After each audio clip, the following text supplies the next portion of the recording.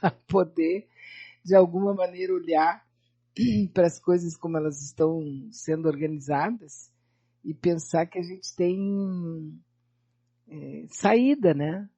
O Dr. Maia, por exemplo, que é um ser humano extremamente generoso e que consegue captar, assim, né, na alma humana, coisas tão importantes de serem reconhecidas para que a gente não se desestimule, porque tem horas assim que parece que é tipo assim, né, a Lúcia vendo esse caso direto aí, parece que tem horas que, não adianta mesmo, essa raça não tem jeito, né?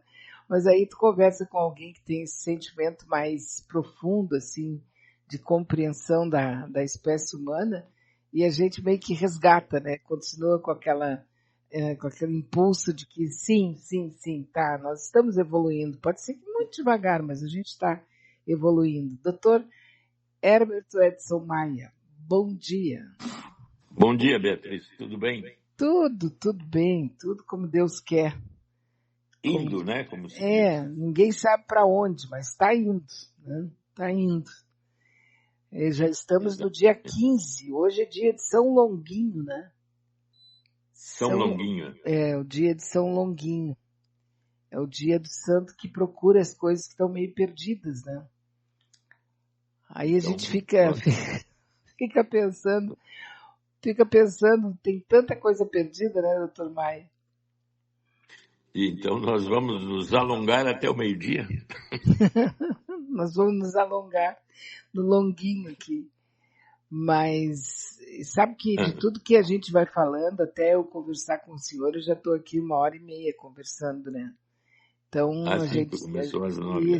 Aí a gente vai assim, pegando um retalho daqui, um recorte de lá, a gente vai vendo, né? Tentando montar assim, alguma paisagem.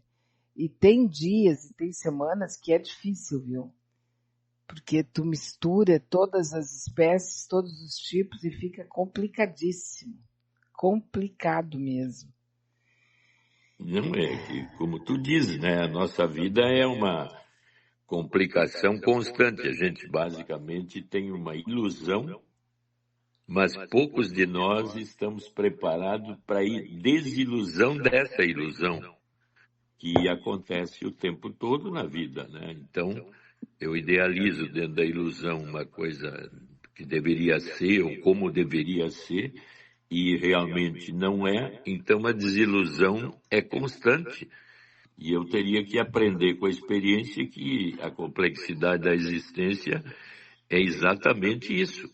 Aprendendo com a experiência que a desilusão propicia a cada momento que eu quero concretar a minha ilusão, né? Ou idealização das coisas e das pessoas que me cercam, né? Então, tu teria que ter essa capacidade interna de saber que a cada momento há um desafio e que quanto mais eu entendo o desafio, mais próximo eu estou do grande desafio que é a morte. É verdade. Mas também fazer diferente é desistir, né? Pois então, quer dizer, quem é que mantém, vamos dizer, a capacidade de manter a ilusão no sentido idealístico, vamos dizer, de como eu gostaria que as coisas fossem, é trabalhando da forma que eu posso por elas e não sofrer tanto com a desilusão, porque ela vai ser sempre constante, a tendência é sempre uma diminuição ou uma desagregação das coisas como é na natureza, né? Tudo vai indo muito bem, muito bem, muito bem, daqui a pouco a tendência é para uma inércia, para uma incapacidade. E eu, atento ou conseguindo entender isso, eu estou sempre pronto para ativar novas atitudes que contornem aquela dificuldade ou aquela coisa. Isso se chama aprender com a experiência. E essa experiência, em algum momento, volta e meia, talvez, tu tenha que fazer uma espécie assim de rescaldo dessa experiência para não entrar de repente não entrar numa vibe de desistir, porque em alguns momentos parece que não tem saída, né?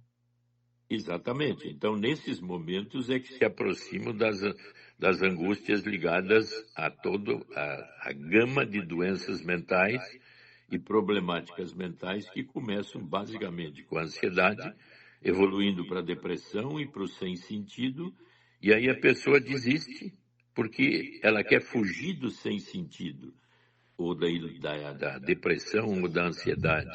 Mas por que fugir se isso significa que eu deveria mudar estratégias que eu estou usando e que não deram certo? Então eu teria que abrir caminhos novos internos, que isso é a grande dificuldade da maioria das pessoas, porque o ideal é tão grande e não acontece que eu me deprimo.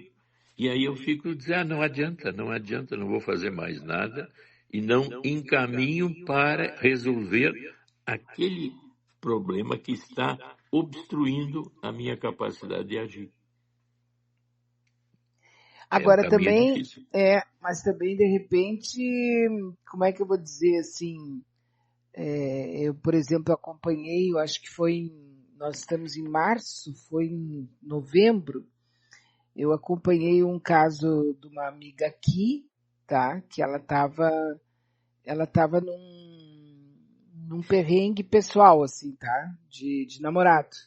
Uma senhora Isso. já, não é nenhuma menininha, nada, mas ela tava numa história afetiva, que para ela seria mais uma desilusão, entendeu? Ela tem uma bagagem aí eu acho que umas 3 ou 4 grandes desilusões da vida.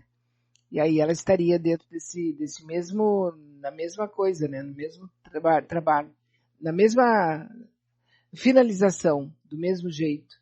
Aí conversa vai, conversa daqui, conversa dali, sugestão, vai fazer uma terapia antes de tomar decisão, né? Conversa com alguém que não seja do meio, que não conheça, porque conversar com uma pessoa que, principalmente profissional, que seja uma pessoa que não conheça a tua história, é muito importante, né? Porque ela vem sem nenhum tipo de desenho. Ela vai te olhar zerada, assim, né? E ela estava naquela coisa de separar, porque já tinha feito um investimento, vamos dizer assim, nessa relação. Eu acho que se conheceram durante a pandemia, agora é 25, tipo assim, uns 3 anos, 4 anos, né? E ela tinha feito investimentos, acabou tendo um problema com a família, o filho mais velho dela rompeu com ela por causa do senhor esse. Então, eu estou tentando contar detalhes sem entrar muito, porque isso também é muito comum, isso parece que é igual para todo mundo, né? E ela estava naquele perrengue de separa, não separa, separa, não separa, separa, não separa. Depois eu fiquei um tempo ali, final do ano, sem conversar com ela. E trocamos alguns telefonemas rapidíssimos ali no começo do ano, praia, aquela coisa toda e tal, tarará, tarará, tarará. E agora eu soube que ela passou 10 dias internada, né, numa clínica aqui em Porto Alegre. Passou 10 dias que o terapeuta dela, o médico dela, achou melhor ela fazer isso, porque ela estava com pensamentos muito dramáticos, em função não do namorado que foi embora, que acabou separando, tá? Acabou, a coisa terminou.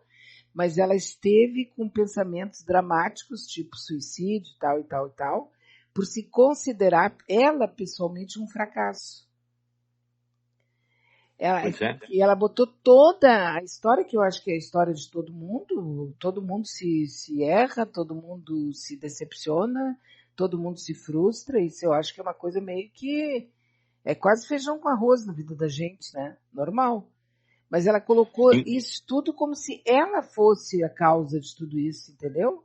É bem, bem, assim, dramática, né? Me disse o filho dela que ela não tá nada bem. Sim, mas tu vê que aí é uma coisa assim, daquele investimento categórico numa ilusão.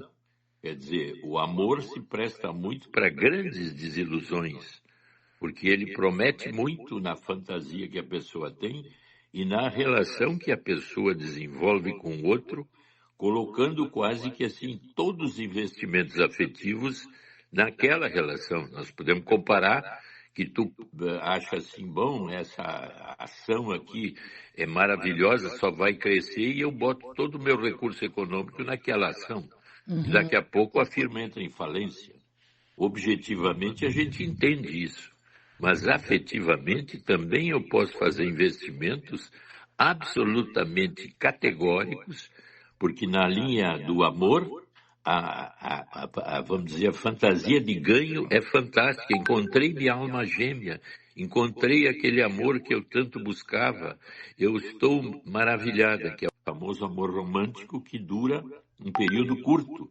E depois temos que entender que a parceria com o outro é diferente de mim, não é o que eu idealizo que ele seja. Então, a decepção desses níveis são categoricamente depressivos e chegam ao ponto de eu perder o sentido da existência. Zonas de vazio e sem sentido absolutos que eu não consigo aguentar e tenho que matar a consciência, daí o suicídio. Ou então, situações de depressão muito fortes, angústias muito fortes que têm que ser tratadas com medicação, porque a pessoa se aproxima realmente da morte porque investiu demais numa coisa que ela não tinha condições de entender isso antes. Então, os tratamentos levam para que eu possa entender isso que eu estou dizendo, que qualquer investimento que é uma ilusão e, ao mesmo tempo, uma idealização de vida, pode gerar fracassos absolutamente de vários níveis, pequenos, médios e grandes fracassos.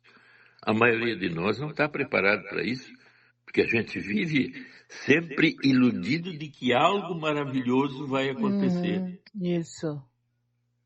E que sempre vai vir alguém, um anjo, ou que alguém vai vir para ajudar, né? Não, eu acabei antes de ligar para ti, eu vi a Maria Helena, olha a desilusão dela em função da política e da vivência. Quando isso é uma coisa mais comum e normal, eu idealizar uma sociedade e ela nunca preencher aquilo que eu gostaria. Aí o que eu fico?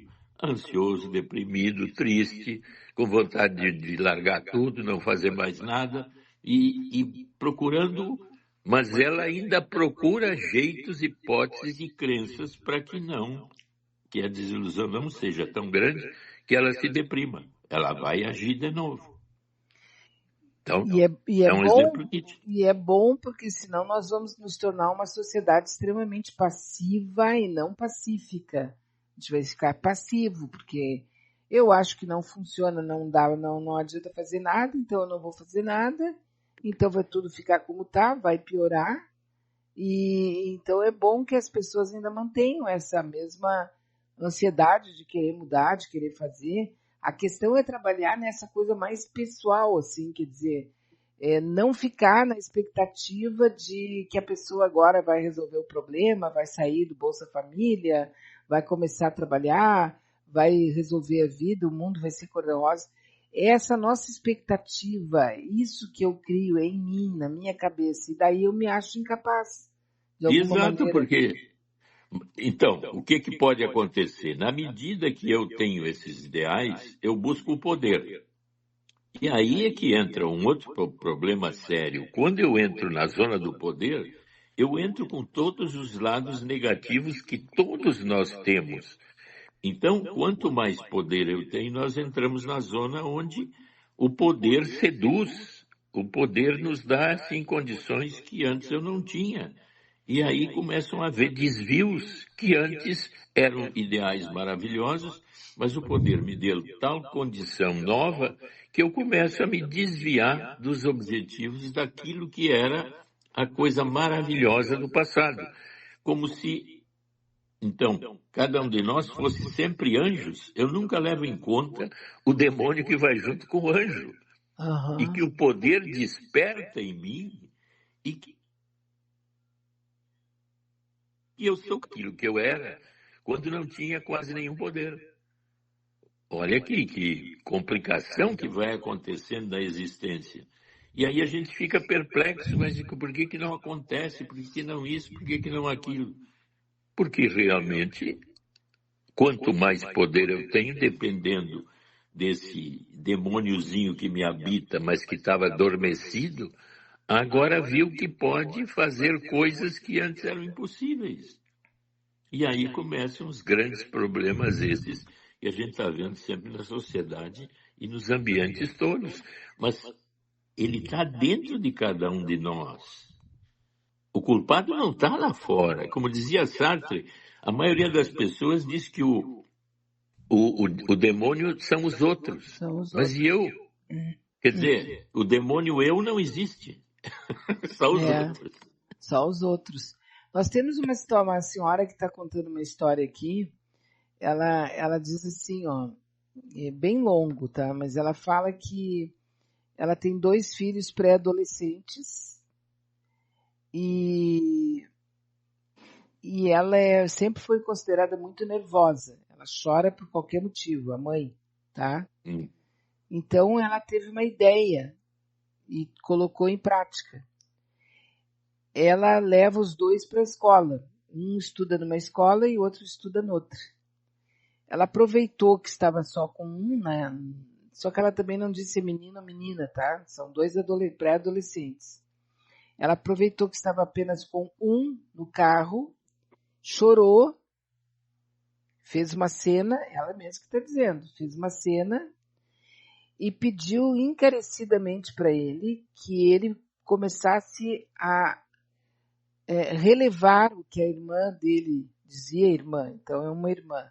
A irmã dele dizia para ele e não respondesse, que fizesse aquilo por piedade, por pena dela, da mãe, que só ele podia ajudá-la a resolver esses problemas das brigas dentro de casa.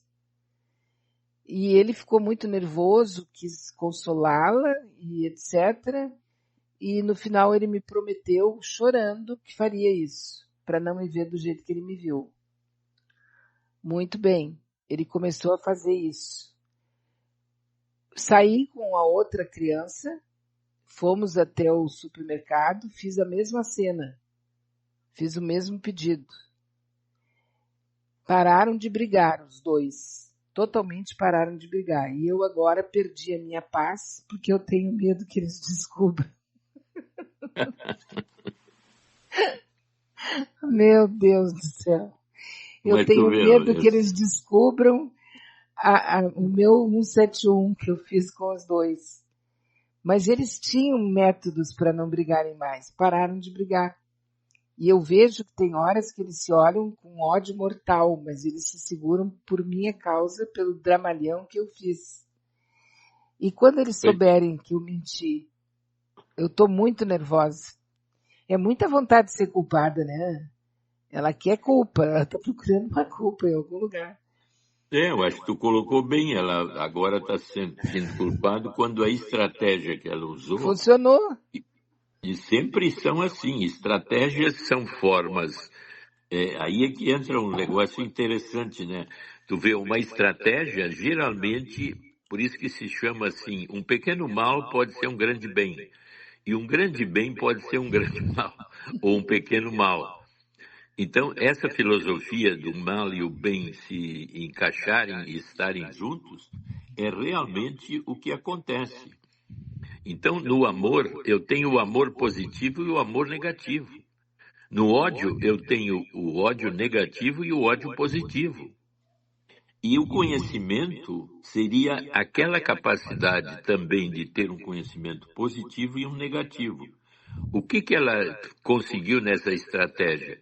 Com um conhecimento negativo que usou uma mentira e uma situação fictícia para conseguir um grande bem, ou melhor, um bem médio com as brigas dos 2.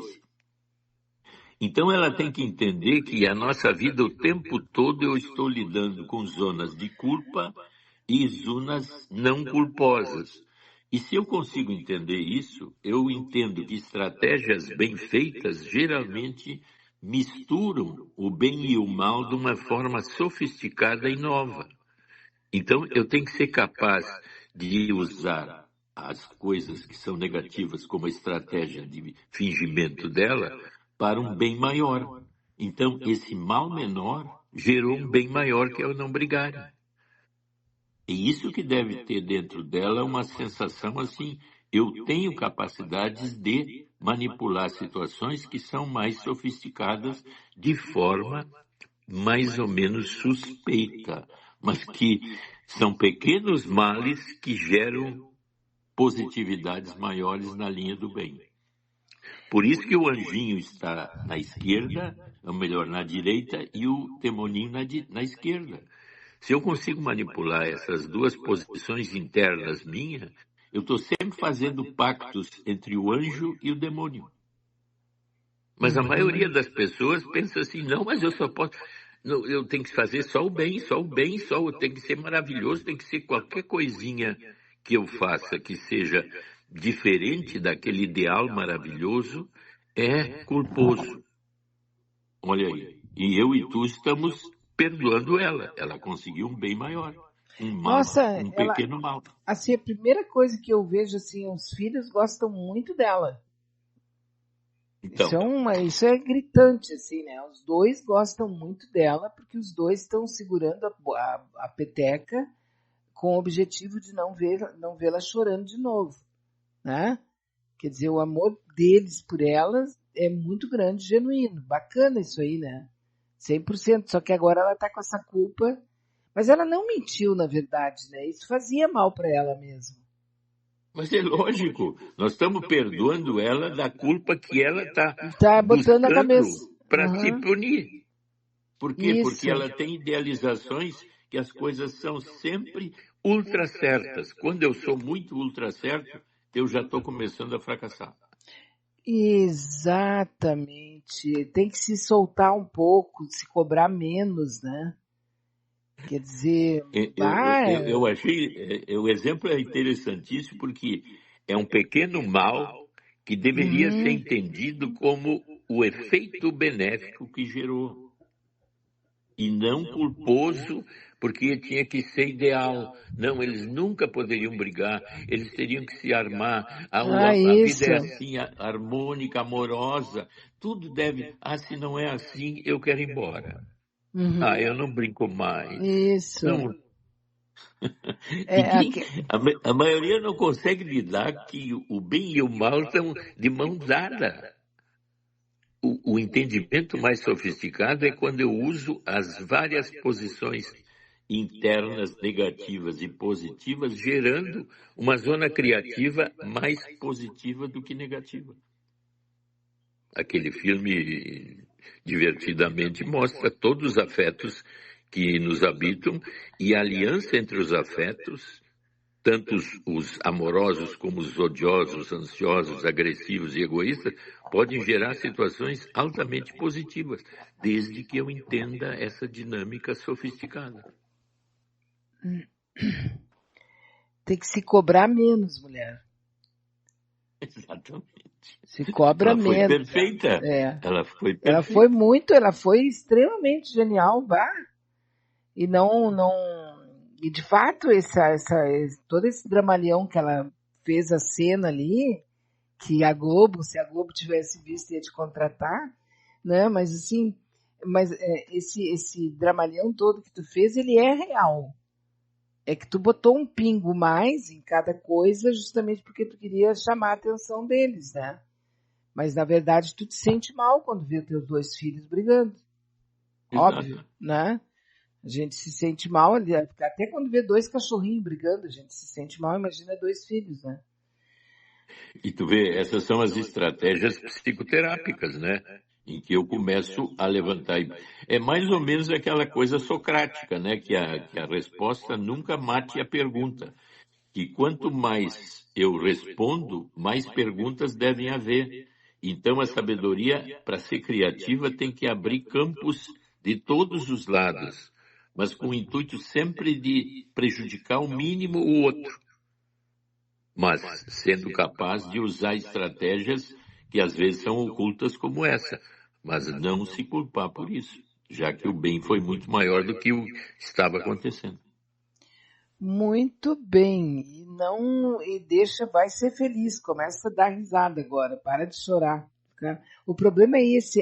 O senhor falou uma coisa que tem tudo a ver, né? Como sempre, Quer dizer, de repente a pessoa, quando ela é boa, ela fica prisioneira de uma bondade perfeita, que não existe. Exatamente. Agora tu pegou exatamente isso. O bem maior está sempre ligado ao mal, que pode ser maior. Então, uma pessoa criativa, ela sabe fazer pactos entre as duas posições e criativamente abrir caminhos sempre na linha que seria positiva, no sentido de prejudicar o menos possível o outro, ou os outros, ou qualquer tipo de vida que eu esteja lidando. Mas eu tenho que entender que o mundo é habitado por dois entes poderosos, que é o bem e o mal. E que eu, se eu for uma pessoa ética e moral, eu, dentro dessas zonas civilizatórias que eu aprendi para lidar com o bem e com o mal, eu descobri caminhos o mais sofisticados possível para prejudicar o mínimo possível o outro. Então eu tenho que ser criativo para saber disso e que a maioria das pessoas é sempre parcial. Não, isso é do mal, eu sou do bem. Meu Deus do céu, aí tu tá fraturado. Tu Sim, te fraturou. quando, assim, ó, quando a pessoa entra numa de saber, por exemplo, alguma coisa e que tudo tem que ser 100% verdadeiro, tudo tem que ser 100%, se não for 100% verdadeiro, eu não falo, não gosto, não vou, não quero, tem que ser 100% verdadeiro. Por exemplo, a questão da religião, por exemplo, a pessoa, quando todo mundo coloca em dúvida tudo, porque tudo é fé. Na medida em que é fé, não tem prova científica. Se não tem prova científica, tu não tem certeza absoluta.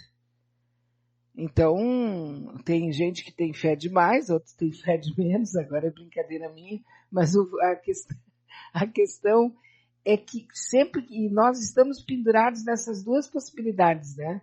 Ser ou não ser, assim, o tempo todo. E nós somos prisioneiros hoje em dia da questão.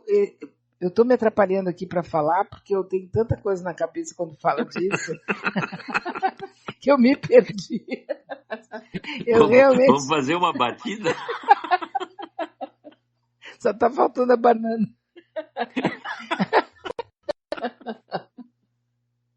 Não, mas a verdade é assim, doutor Maia, é que nós estamos prisioneiros agora, de uma certa maneira, primeiro do fim do mundo, porque o que tem de previsão, que o apocalipse, que não sei o que agora vem a tal da pedra, que vai ter a Terceira Guerra Mundial, que vai ter agora o mar está se partindo, a Terra está se partindo ao meio, que o grande terremoto vai acontecer. Quer dizer, nós vivemos num mundo onde a informação ela é um tsunami de informações que a gente recebe por dia, né? Exato. E dentro desse tsunami, uma vontade inacreditável de acabar com tudo.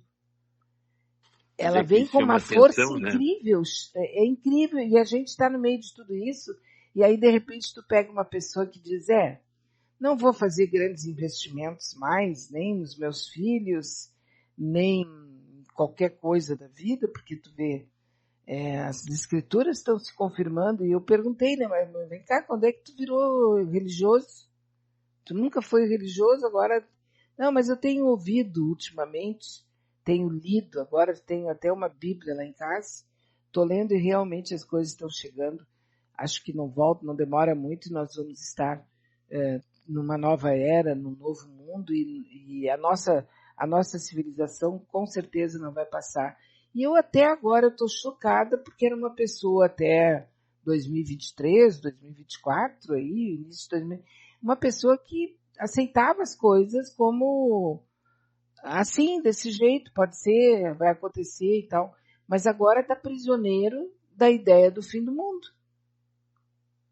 E parece que a gente está catando uma forma de ficar prisioneiro em alguma coisa. Mas aí tu tem que examinar uma coisa que a pessoa pode começar a se desiludir de coisas pessoais e problemáticas que são assim não aparentes para a maioria das pessoas em torno, e desilusões pequenas que vão, vamos dizer assim, deixando a pessoa meio deprimida, meio sem sentido. Então, no momento que eu me apego a uma ideia catastrófica, porque a ideia catastrófica é parecida com a ideia religiosa. Se eu acredito na catástrofe, de certa forma, eu ganho assim um sentido até de vida, mas um sentido negativo, que eu chamei de conhecimento negativo. Eu já estou preparado para o fim do mundo e do acontecimento catastrófico, apocalipse. Eu me grudo numa religião negativa. Assim como eu posso me ligar numa religião positiva, como muitos têm, e acredito de uma forma categórica naquilo, e qualquer ameaça a esse tipo de crença é defendido até com a vida. Porque eu preciso ter algo que me mantenha estável dentro de mim mesmo, e uma crença é uma coisa muito boa, mesmo que seja uma crença negativa. Porque a crença negativa se equivale à crença positiva, mas ela dá uma sensação de segurança também. Não vou mais me preocupar com nada, porque os fins estão perto. E eu estou, então, já entendendo que não adianta nada. Bom, É mas uma isso é uma forma boa de também, né? existência, Hein? hein? É uma boa também, né? Exato, porque eu, dentro da negatividade, descobri um jeito de continuar vivo. E aí defendo as ideias negativas que surgem do fim do mundo. E até são... Olha, agora eu posso até falar no programa Beatriz com todas as teorias de fim do mundo. E vou chamar a atenção sobre mim numa linha negativa. Olha aí, Beatriz. Estamos cheios de ideias negativas do fim do mundo. Temos que nos preparar. Aí todo mundo vai começar a se preparar porque eu criei uma nova religião, a religião do fim do mundo. Que já está aí desde 1999. Ela já está atuando Exato. desde 1999, né? E ela É, porque assim, é cíclica, né? Ela para, aí eles marcam uma data, a data flopa, não acontece. Aí fica ali uns 2 anos, 3 anos, meio que o pessoal meio envergonhado, porque afinal a porra do mundo não acabou. não acabou. Aí, né, tem que esperar um momento certo para começar de novo com uma nova data e um novo método, um novo meio. Né? Tu termina, os meios são os mais variados possíveis. Porque também tem aquele povo que está chegando agora que está dizendo, ó, agora nós estamos vivendo aqui não é real, o que a gente vive aqui é uma simulação, e então nós já passamos pelo fim do mundo e nem vimos, porque a gente está dentro de um jogo, não nem está sabendo, não está vendo coisa nenhuma. O problema é manter a nossa mente capturada com algum medo, com alguma sensação de finitude, de urgência, de alguma coisa que vai acontecer logo em seguida, na esquina. Né? Isso que eu chamei de crença negativa, assim como tem a crença positiva. Tem os otimistas e os pessimistas, que são características pessoais de várias pessoas. Nós temos características pessimistas e características otimistas. O ideal é que eu faça uma mistura o melhor possível, por isso que eu falei em batida, né? Que eu misture as condições positivas e negativas e abra um campo criativo para ver as tendências realmente dessas misturas e não ficando categórico numa determinada ideia. E de repente assim, ó, me passa pela cabeça, já que a minha cabeça é um mix mesmo, cada vez pior, eu fico pensando o seguinte, não deixa de ser uma espécie de catarse fazer 1 hora, 2 horas semanais ou meia hora diária de pensamento livre em cima da possibilidade de todas as possibilidades, seja ela espiritual, seja esotérica, seja mefistofélica, sei lá, né? Qualquer possibilidade. E depois vira a página e vai lavar louça, vai cuidar da tua vida. Não, é bem isso que tu disse agora colocado assim. Eu sou ateu, mas acredito em Deus. Sim. Nesse momento, eu estou aberto a todas as possibilidades. Agora, se eu acho que ser ateu e dizer que ser ateu é uma coisa horrorosa, um troço, tem que acreditar em Deus, eu estou parcializado. Quando eu digo eu sou ateu e acredito em Deus, eu estou aberto a curiosidades e tendências e pensamentos opostos que me dão condições de entender a complexidade da existência. Porque a maioria não, tem que ser aquilo que eu acho que eu aprendi que é certo. Mas o certo nunca está certo o tempo todo. A incerteza é a posição que mais nos habita. Pomba, toda a física quântica é baseada na incerteza. Uhum. Toda a física, até a relatividade, também é baseada na incerteza. Tudo que está presente aqui agora pode não estar daqui a pouco, porque o mundo nosso é de incertezas constantes. Ah, não, eu tenho certeza. Eu acredito em Deus, eu tenho a minha religião, eu tenho a minha visão negativa do mundo e eu tenho certeza. Por que Então tanta tá. certeza? Não dá para lidar um pouquinho com a incerteza e aí ser criativo? Mas também essa incerteza, essa certeza toda pode ser a única válvula de escape que tem para não pirar, né? Mas a maioria de nós busca sempre uma segurança certa. Então, alguém é culpado de eu estar incerto. Deve ter alguém que é contra mim. Então, se deve ser o meu vizinho, deve ser o governo, deve ser o político, deve ser o Trump, deve ser o Elon Musk. Alguém deve ser culpado da merda que nós estamos. Uhum.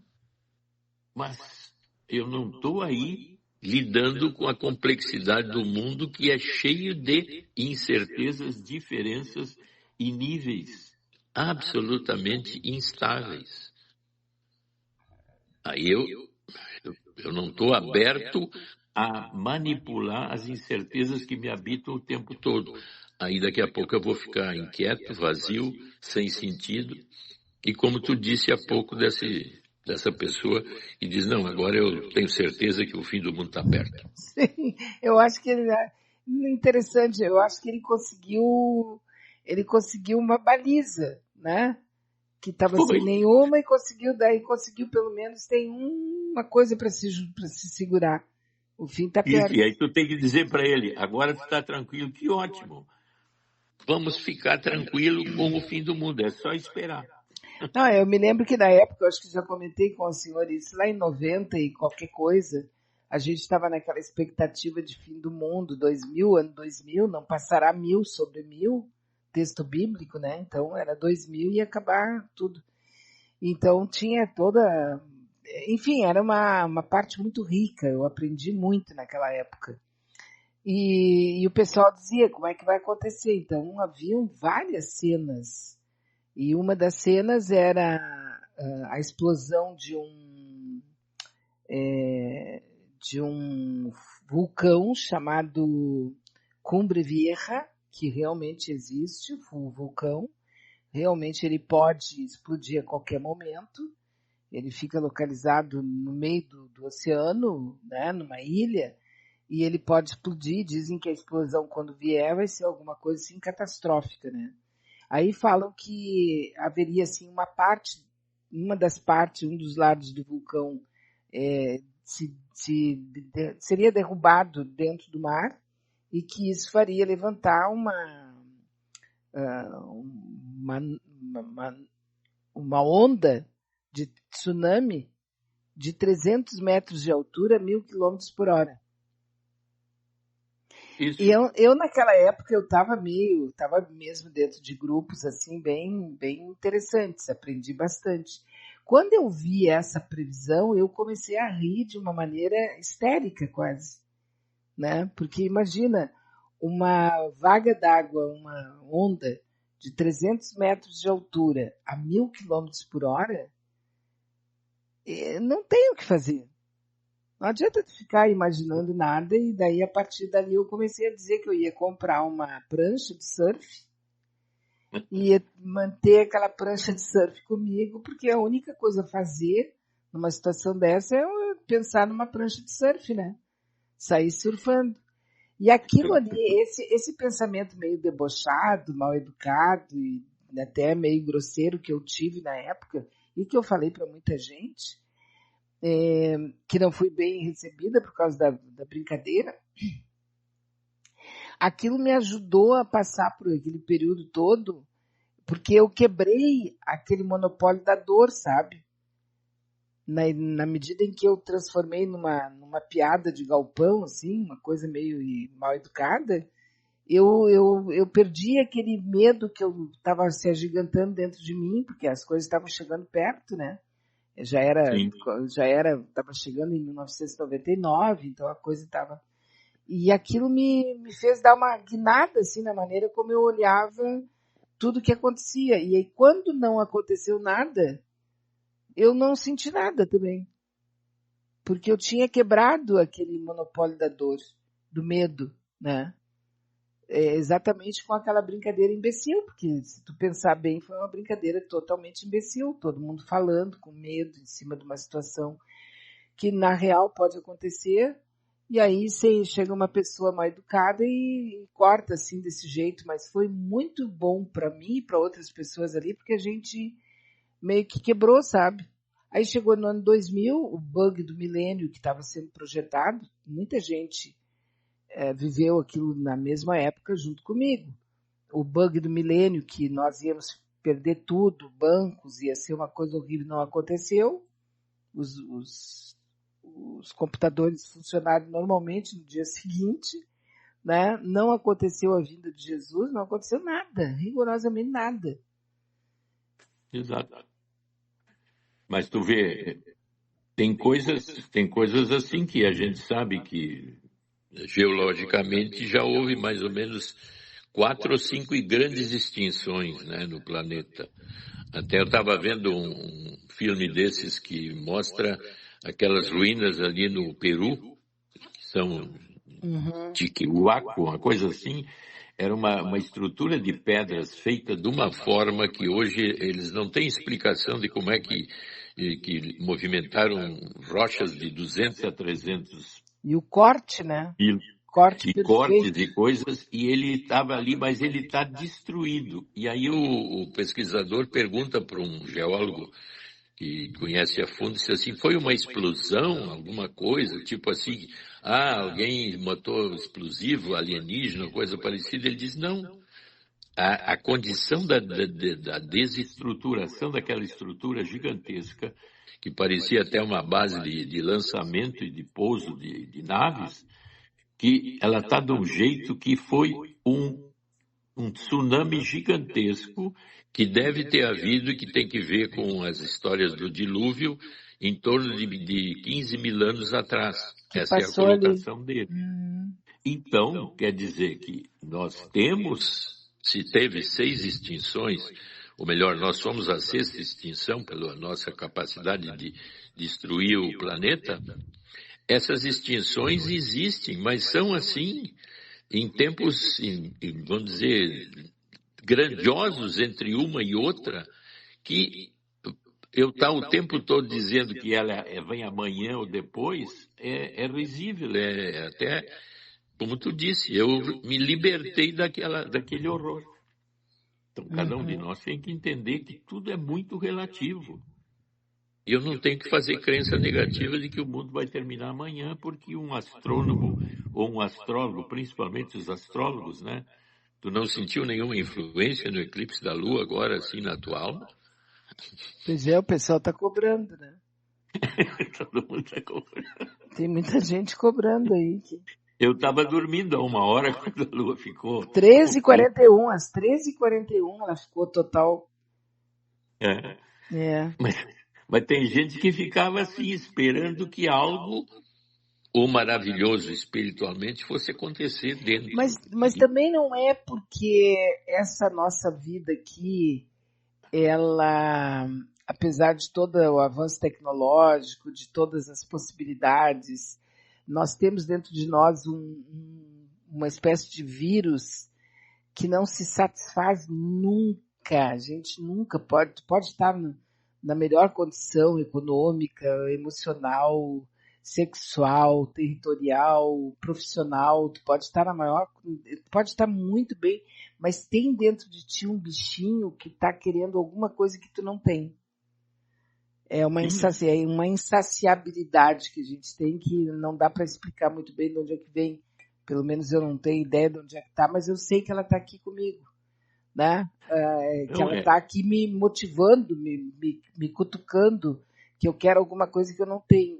E aí, como isso é de uma grandiosidade incrível, vai acabar com tudo, não deixa de ser um pensamento meio de cansaço, né?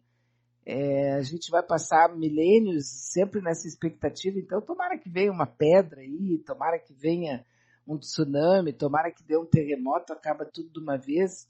Quem foi que disse depois de mim é o dilúvio? Foi um Hein? grande, depois de mim é o Ah, dilúvio, acho que foi um imperador, né, um rei, alguém que falou isso. Depois de são mim é o numa dilúvio. linha onipotente, Isso. Mas, como tu disse, o desejo, ele, por isso que até o próprio Freud, né, a pulsão de vida e a pulsão de morte. Ele dividiu as duas em duas posições. A pulsão de vida busca a vida, de qualquer maneira manter a vida. E a pulsão de morte é sempre a destrutividade, que traduzida para uma linha mais religiosa seria o bem e o mal, quer dizer, sempre em interação um com o outro. Tudo que eu construo vai ser destruído. Então, eu tenho que entender que essas duas vivências estão constantemente em ação.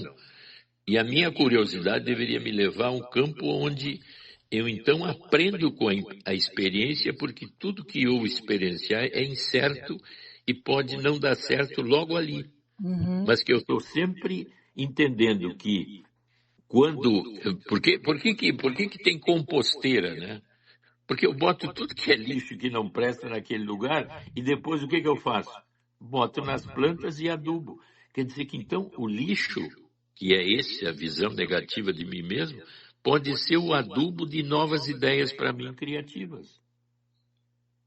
Bota o teu lixo depressivo, angustiado e ansioso na tua composteira interna e usa isso para a criatividade maior que vai vir logo após. Sem esquecer que essa composteira tem que ser deixada quieta ali um tempo, né? E É não dentro de mim, eu sou capaz, eu não preciso me queixar e dizer que o mundo é que é mau. Deixa eu compostar o meu lixo para adubar Uhum. a minha criatividade. Olha que bonito. Muito bonito, olha, perfeito, né? Não, mas também o senhor está querendo tirar do ser humano uma coisa que ainda outro dia eu estava falando para minha filha. Deixa eu reclamar. Eu tenho que ter Deixa, o direito de reclamar. Reclamar é uma coisa que me faz bem, porque senão mas parece que eu estou deve se reclamar. satisfeita. Eu estou Deve. satisfeita com as coisas que estão acontecendo. Não estou. Eu só vou É, deixar registrado que eu não estou. Agora não significa que eu vá tomar nenhuma atitude dramática e tal, mas deixa eu. Porque se queixar, eventualmente, não o tempo todo, porque daí fica uma pessoa insuportável, né? Mas se queixar, fazer aquele mimimi, aquele coisinha assim, não sei o quê, isso é uma coisa tão animal e tão humanidade, né? exatamente. Por isso que eu digo que eu tenho que saber que eu o tempo todo devo me queixar. Mas Aham. que as queixas que eu tenho que assumir que são responsabilidades minhas Minhas. resolvê-las e não passar para o outro. E tá na minha composteira ali, gostei da ideia. Olha, eu também gostei. Saiu Gostei da agora esse ideia. negócio. Aham, muito boa, muito A boa. A nossa imagem, composteira para adubar a nossa criatividade. botar todas as cascas, botar todos os pedaços, todos os restos, bota lá dentro, que depois daqui a pouco sai, né? Uma melancia perfeita, assim, né? Olha Aqui. só aquela abóbora gigante. A nossa amiga Margarete, ela diz assim, ó, para o Dr. Maia, sempre tive a consciência da nossa finitude, sempre refleti acerca disso. Agora me sinto habilitada o tempo futuro, onde vejo a saúde entrar em declínio, e o fim desse trecho demora para chegar ao final.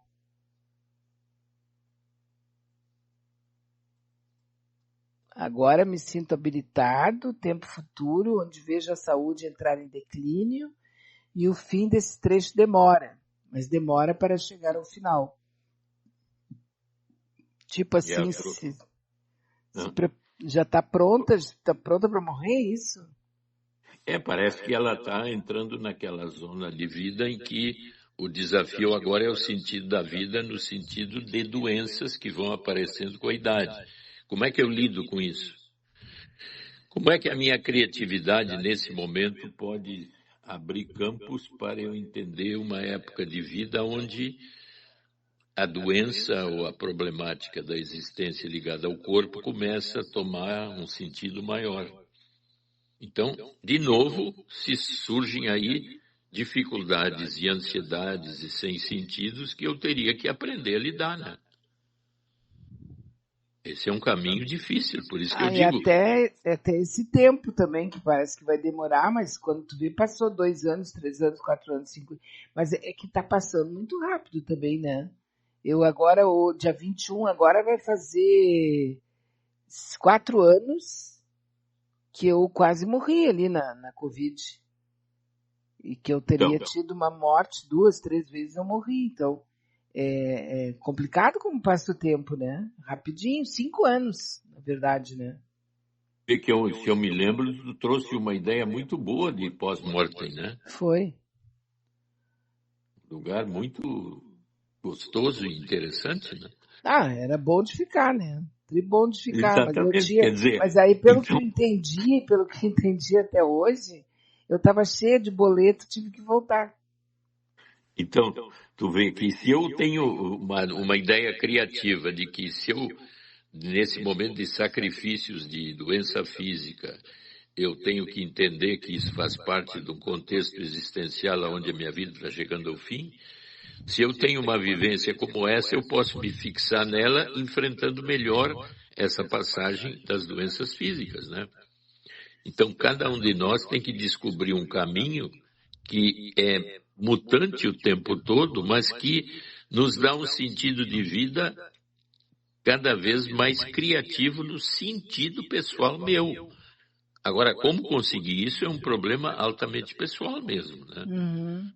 Nós estamos levantando as hipóteses. Claro. Mas cada um tem que tentar descobrir isso. Por isso que essas colocações que a gente faz, né? A minha angústia, depressão, ansiedade, fobia, é o lugar da composteira, que agora está com um cheiro ruim e problemático, pode ser o adubo de uma criatividade para enfrentar melhor a minha posição particular.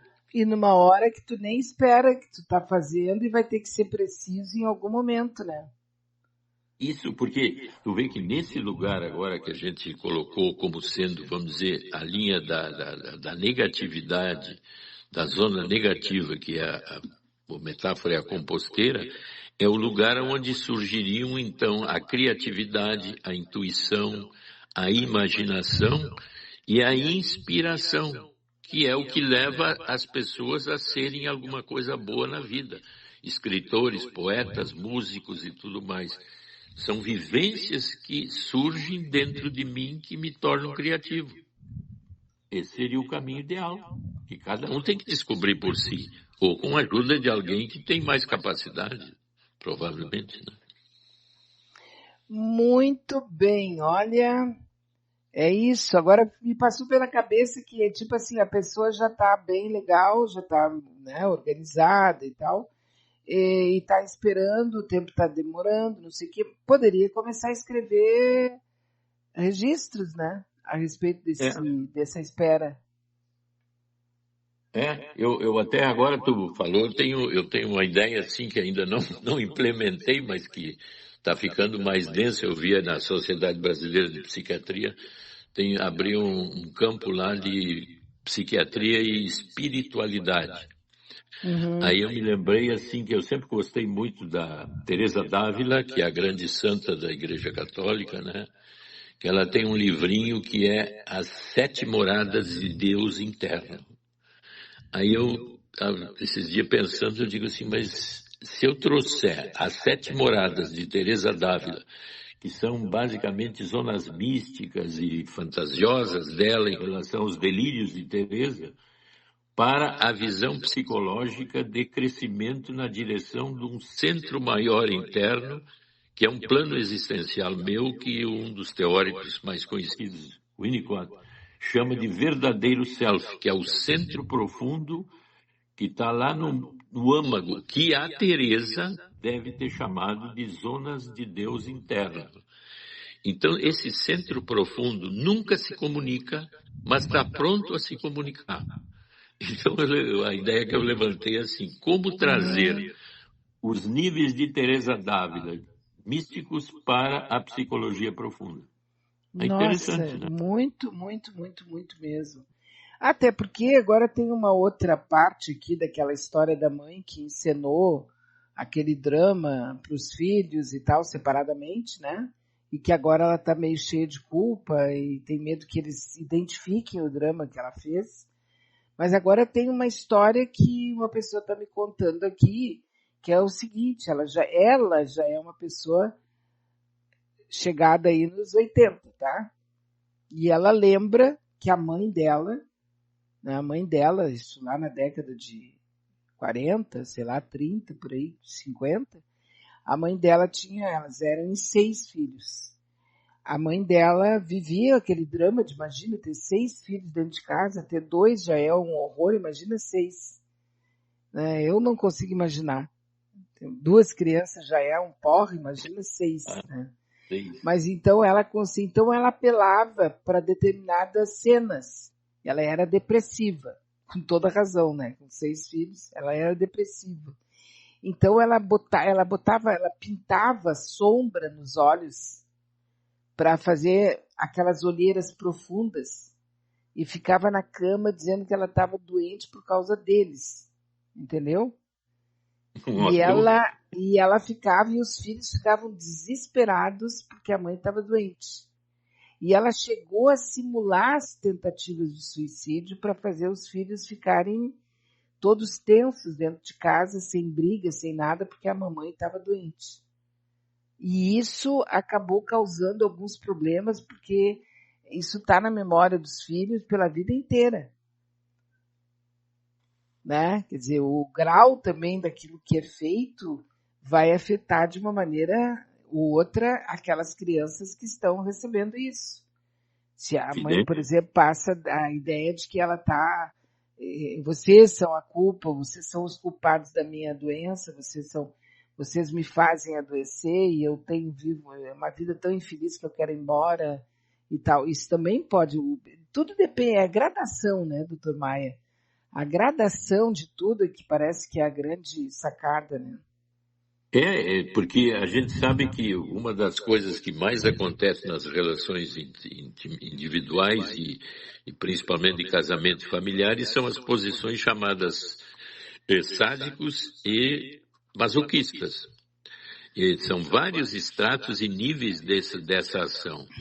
Então, eu posso me identificar com estruturas, vamos dizer, problemáticas dessa ordem, como é o exemplo que tu trouxe aí dessa mãe, e se criar nas pessoas que foram os filhos, identificações arcaicas de problemáticas pessoais que vão aparecer na vida da pessoa posteriormente.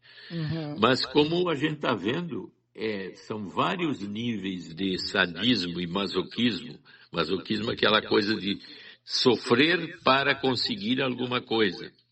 E sadismo, exigir para conseguir alguma coisa. Dominações para conseguir alguma coisa.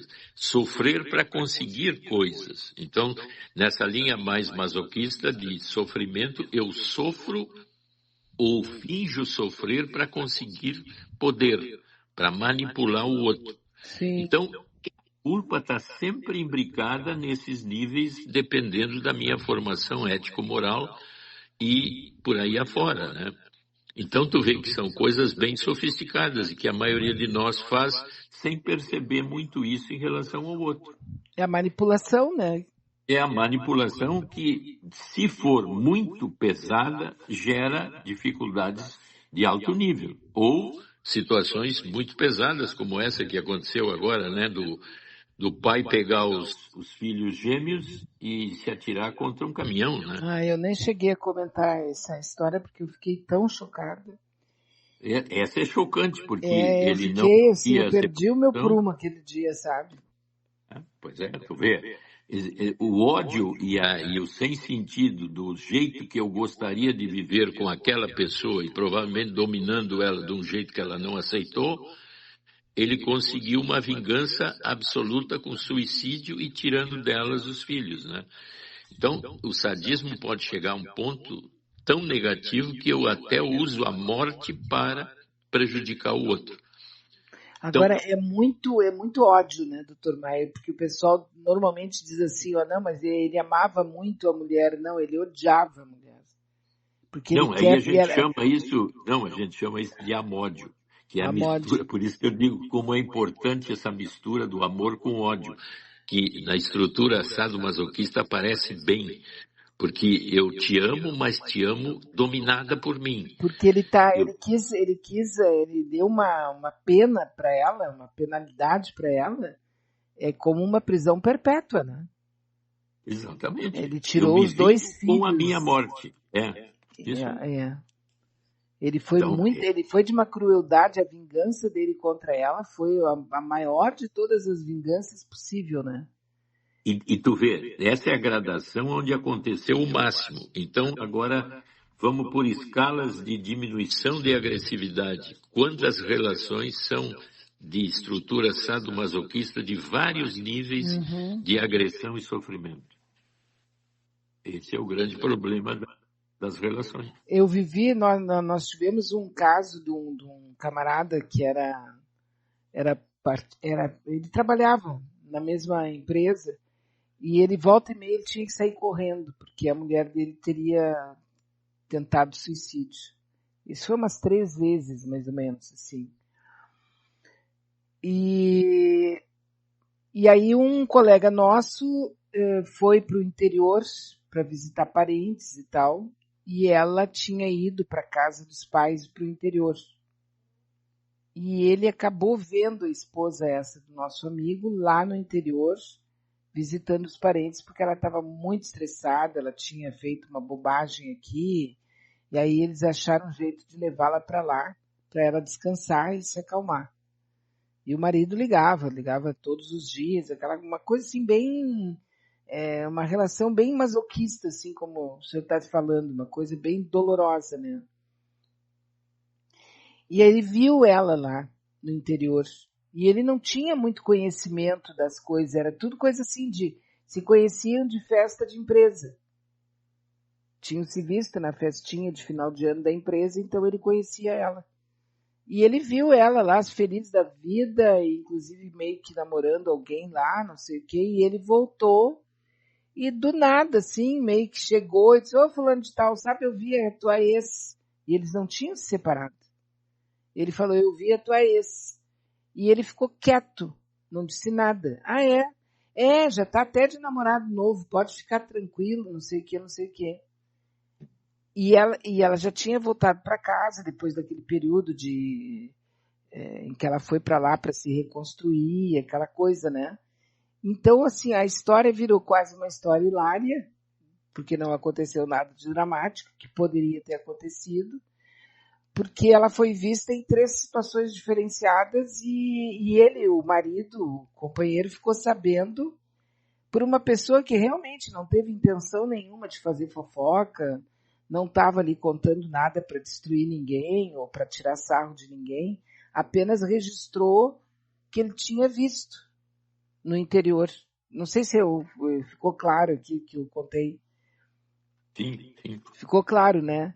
Aí, Sim. tá, depois veio o resultado das coisas todas, ele acabou separando, né, da moça, separaram, e ele ficou ali depois de um tempo, não sei o que, depois seguiu a vida dele, tudo normal. Mas a gente, de alguma maneira, como via de perto, não era sofrimento também, era um estado de tensão dele com aquela pessoa que estaria em casa, deprimida dentro do quarto, e que poderia tentar o suicídio a qualquer momento. E ele ficava ali na expectativa.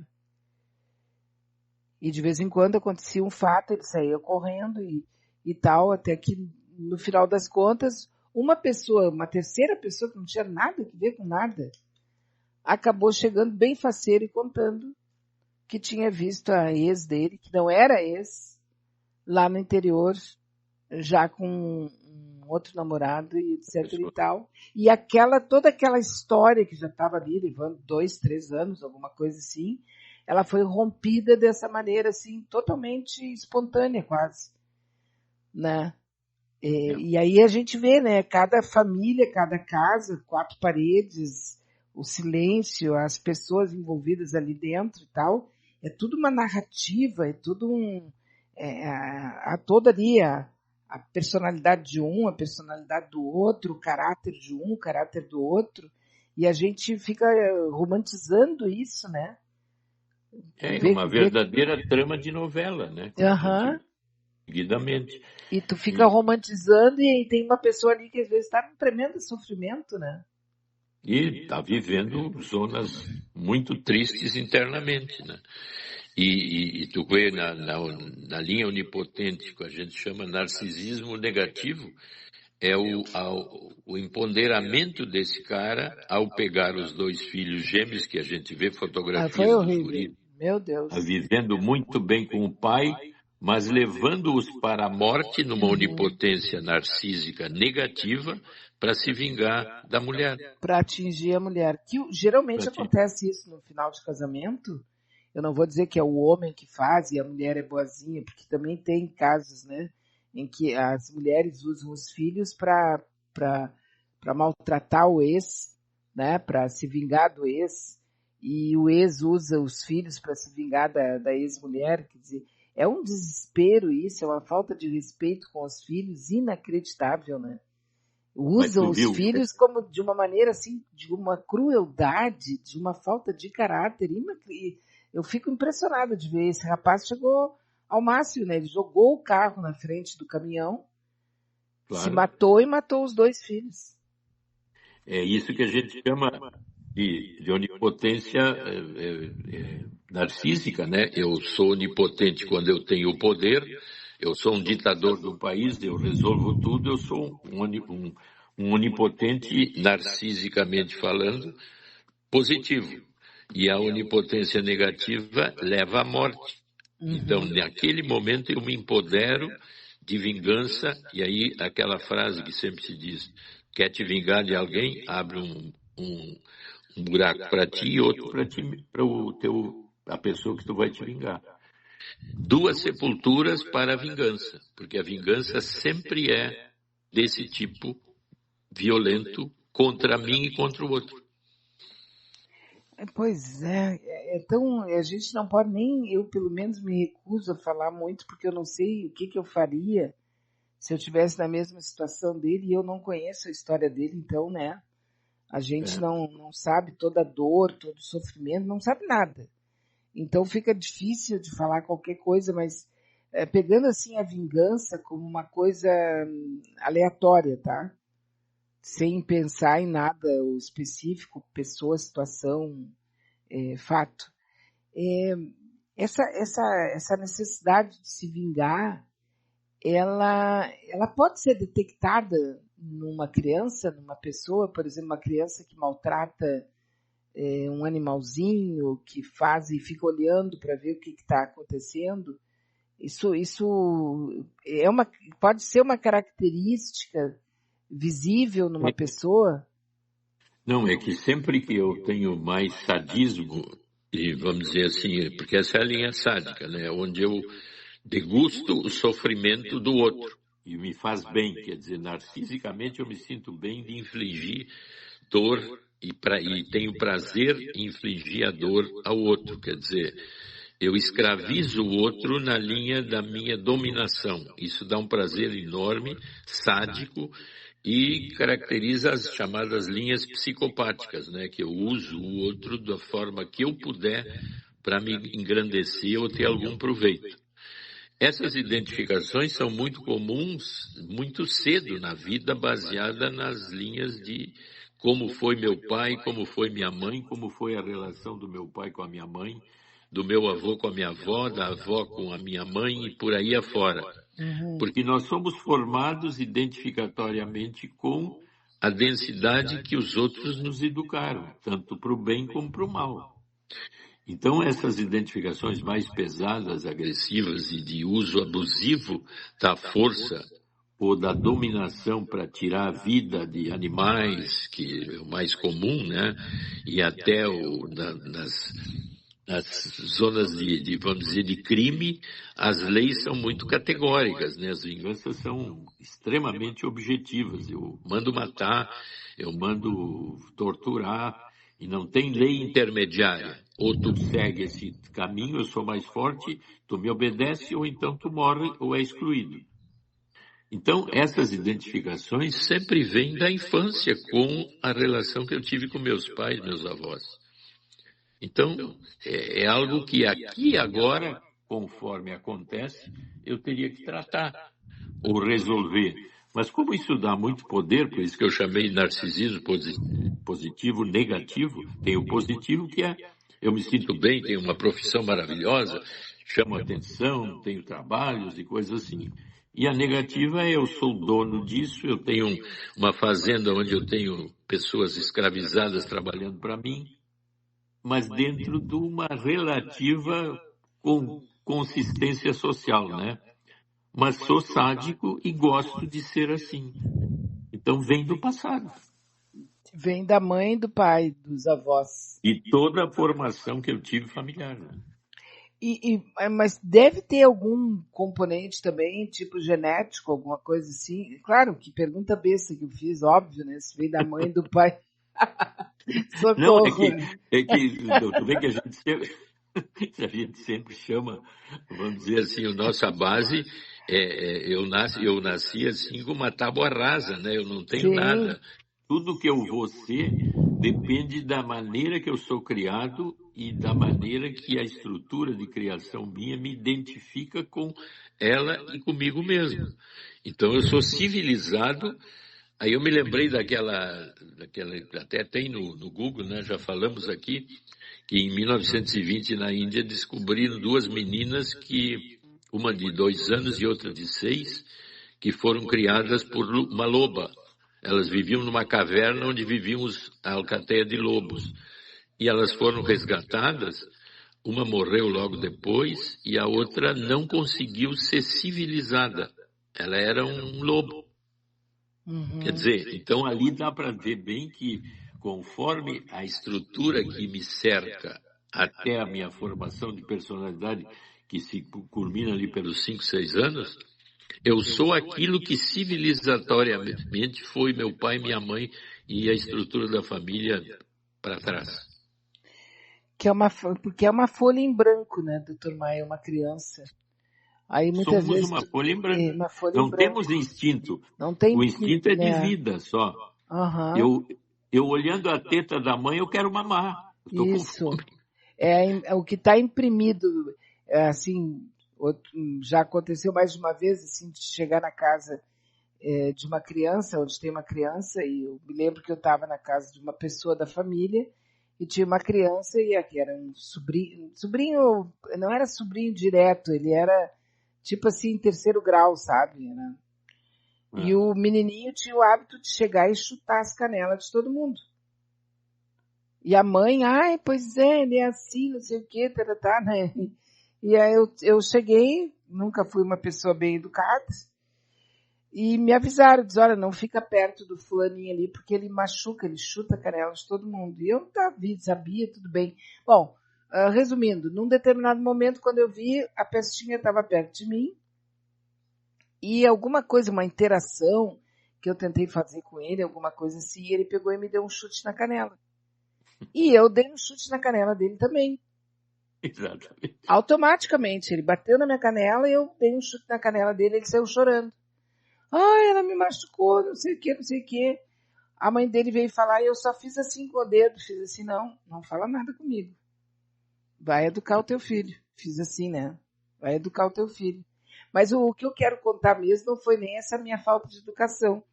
O que aconteceu... Não, mas tu foi educativa, porque tu tentou que ele trocasse a dor que tu sentiu pela dor dele e entendesse que o outro não gosta. Né? Não, é que passou um tempo e daqui a pouco ele estava assim, um pouco distante de mim, me espiando. Ele estava me espiando, entendeu? Ele estava me espiando. Ele ficou uma boa parte do dia, de vez em quando ele ia lá e me espiava. E tu podia até mexer a perna assim, vem que eu te dou outra. Isso. Mas foi muito engraçado aquilo, sabe? Quer dizer, aquele gurizinho, ele estava autorizado pelos pais, A e os pais pediam autorização para fazer todo isso, né? mundo, para ele ser um demoninho, assim, uma coisa horrorosa. E todo Exato. mundo achava aquilo uma coisa, porque não é que a gente normatiza as coisas, de uma certa maneira a gente normatiza, e aí a criança vai se normatizando com aquilo e daqui a pouco ela acha natural. É E meu aí, pai isso. deixa comigo, uma hora é um pontapé, outro dia é um tiro. Então, eu posso começar uma linha assim de chutar a canela dos outros sofisticadamente. Daqui a pouco eu sou um golpista, né? Isso. Eu tenho uma história aqui que está contada por um amigo nosso. Deixa eu achar, tá aqui, ó. Bom dia, B, doutor e amigos. Como rádio amador, rádio escuta, cheguei a escutar no dial, em ondas curtas, essa tal rádio do fim do mundo. Transmitiam em vários idiomas, tipo 30 minutos em cada língua. Tem um documentário que mostra as famílias que venderam tudo, largaram o emprego, doaram tudo para essa igreja. E o mundo não acabou. Agora, meses atrás, num grupo de rádio escuta no Face, alguém colocou a propaganda dessa rádio. Ela está de volta em ondas curtas, cobrindo todo o mundo. Todo mundo. Abraços. O Olha só. pessoal, mas e não é, e as pessoas realmente, elas chegam naquele momento em que a pessoa meio que perde a estrutura, né? Isso E ela é uma quer, porque ela, identificação, sim, né? não, e veja, e há também aqui uma malícia de querer se preparar para o fim do mundo. Ora, se vier uma onda de 300 metros de altura, 100 quilômetros por hora, minha filha, não tem preparação. Não, Não tem um evento, preparação. é um evento do planeta, então não temos o que fazer. Mas tu vê que são crenças, eu me lembrei dos Amish dos Estados Unidos, que até hoje não admitem a sociedade avançada e aberta que nós temos. Eles vivem no século XVIII. Uhum. Tem religiões que têm costumes muito fechados ainda, né? Até me lembrei assim que uma época dos Mormons, eles equivaliam o negro a Caim e Abel. E é um outro que eu não me lembro bem, mas que gozou com a nudez de Noé, que é um dos filhos de Um Noé. dos filhos, é. Então o ser negro seria isto. Então, olha a negatividade de uma época, claro que a estrutura mormon hoje não é mais essa, né? Mas no desenvolvimento, o racismo aparecia dessa forma. Quer dizer, o preto seria o castigo porque tu é equivalente a Caim que matou o irmão.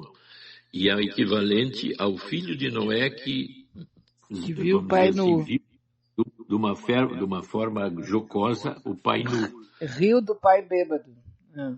Exatamente. Então, quer dizer, crenças que vão evoluindo com o tempo, mas que Não, e algumas tu vê ficam muito rígidas. não, e tu vê como é discutível, né? Porque na história Noé deitou com as filhas enquanto ele Pois é. estava embriagado. E isso não foi uma coisa assim que tenha causado nenhum. Agora o filho vê ele pelado, deixou todo mundo de mau humor. Isso é um São pecado coisas mortal estranhas. e que toda a tinta preta que habita a pele de alguém é um pecado impossível de ser mudado. É para sempre, né? Mas é uma ideia, é uma crença. E crenças eu posso atualizá-las, mudá-las e resolvê-las. Mas se eu fizer isso, eu perco o centro da crença e o poder que eu tenho de acreditar nisso. E aí tu Então, tira poder de quem está usando essa crença toda, porque o atavismo humano é a crença. Ele é capaz de acreditar. Bicho-papão, Papai Noel, né? Originariamente nós somos crentes mesmo. Naturalmente a gente é crente. E naturalmente, não é uma coisa assim que alguém está impondo. tu acredita na fada do dente, tu acredita numa série de coisas, né? Que quando tu é criança. Aí depois a adultez vai fazendo com que tudo isso vai caindo, né? Na história da carochinha e tal. Até as próprias historinhas mais, assim, mais dramáticas que a gente tem, as historinhas dos irmãos Grimm e tal, tudo aquilo ali foi utilizado para manter a sociedade, de uma certa maneira, dentro de algum tipo de poder, né? Exato. E tudo que, vamos dizer, vai contra a minha crença, se eu sou radical, eu considero o outro como um abusador. É um inimigo. Inimigo, né? Inimigo que tem que despachar para o outro lado, que ninguém sabe onde é, né? Se eu fico radical, vai ter que ser assim. Aí eu sou dessas linhas absolutamente violentas, né? Sou um ativista da violência. Eu tenho que destruir o outro para me situar no mundo. A Lúcia diz assim, Beatriz, eu ouvindo o Dr. Maia agora, eu me lembrei que quando eu era criança, que a mãe dizia que um fim do mundo estava chegando, que era tal dia.